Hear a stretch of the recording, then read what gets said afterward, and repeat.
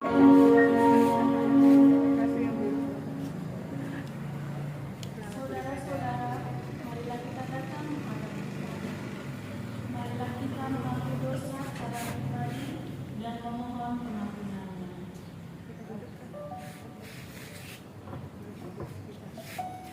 Mari bersatu dalam doa.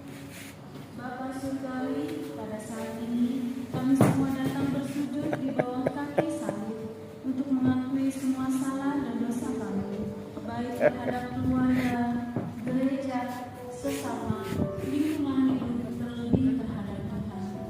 Kami berdosa karena mengabaikan firman, perintah dan ketetapan-Mu, serta menjauhi persekutuan dengan dan kita berpegang dalam harapan akan menerima kemuliaan. Kalau yang panjang depan sama kiri itu udah rata-rata penuh. Kita telah mengaku Dua yang Let's go! Sungguh tiada taranya. Wow, wow, tiada.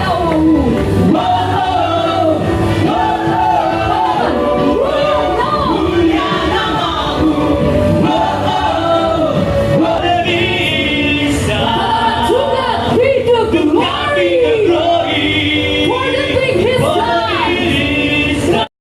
seperti juga tumbuh-tumbuhan hijau. Hanya daging yang masih ada nyawanya, yakni darahnya, janganlah kamu makan. Tetapi mengenai darah kamu, yakni nyawa kamu, aku akan menuntut balasnya. Siapa yang menumpahkan darah manusia, darahnya akan bertumpah oleh manusia.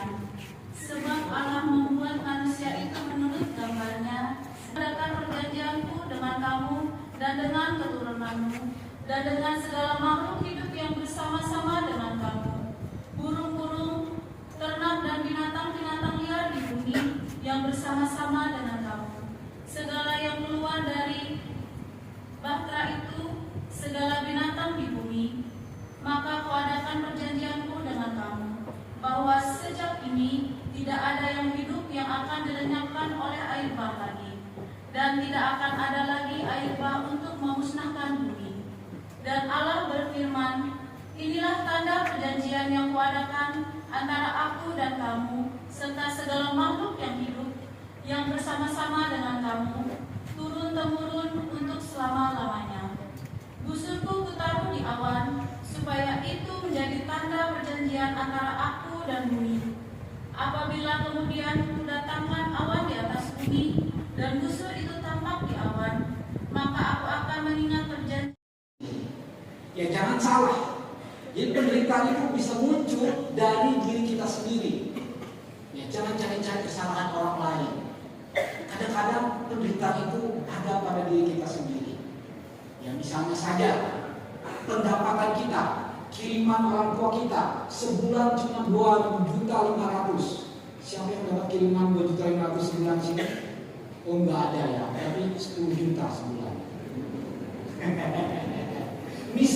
Misalnya saja, kalau engkau menerima uang atau pendapatanmu sebulan cuma 2 juta, dan itu hanya itu 2 juta, lalu gaya hidupmu 10 juta, engkau sedang menghadirkan penderitaan dalam dirimu. Ada banyak orang seperti itu, kemampuannya cuma beli Samsung, beli OVO, dipaksa beli iPhone, akhirnya pinjol, akhirnya ditagih-tagih, akhirnya melarikan diri dan seterusnya. Itu penderitaan datang dari dalam. Itu bukan datang dari orang. Itu tidak datang dari setan. Itu tidak datang dari iblis. Bukan dari pinjolnya. Mereka hanya memprovokasi saudara, dan saudara yang mengambil keputusan mengikuti provokasinya. Itu penderitaan internal. Ya sama seperti seseorang yang jatuh cinta kepada seseorang, padahal orang itu tidak jatuh cinta kepadanya. Dia menderita karena kelakuannya yang tidak benar. Dia menderita karena kesalahannya. Namun yang unik dan menarik, ternyata ada penderitaan karena kebaikan. Orang melakukan kebaikan, orang melakukan sesuatu yang berguna, orang melakukan sesuatu yang tidak merugikan orang lain, tapi dia menderita karena itu.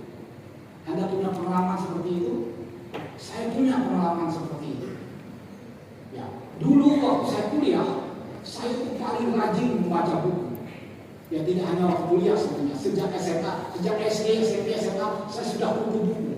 Nah waktu saya kuliah, tidak ada waktu dalam kehidupan saya itu selain daripada membaca buku. Dan hobi saya, kesukaan saya itu tidak ada merugikan siapapun, hanya membuat jengkel petugas perpustakaan. Ya, karena saya selalu hadir paling datang dan pulang paling lama, di atas saluran. Ya, hanya itu mungkin. Tetapi ada banyak orang yang tak suka ketika saya membaca, tidak suka ketika saya menyalin membuat resumennya. Ya, mereka mengatakan, sok pintar lo. Ya, ada lagi yang mengatakan kutu buku lo, ada lagi yang mengatakan profesor lo. Ya, dengan ada yang sinis tentunya, bukan dengan ada yang positif. Nah, hal seperti itu sesuatu yang baik, membaca, belajar dengan tekun, serius dalam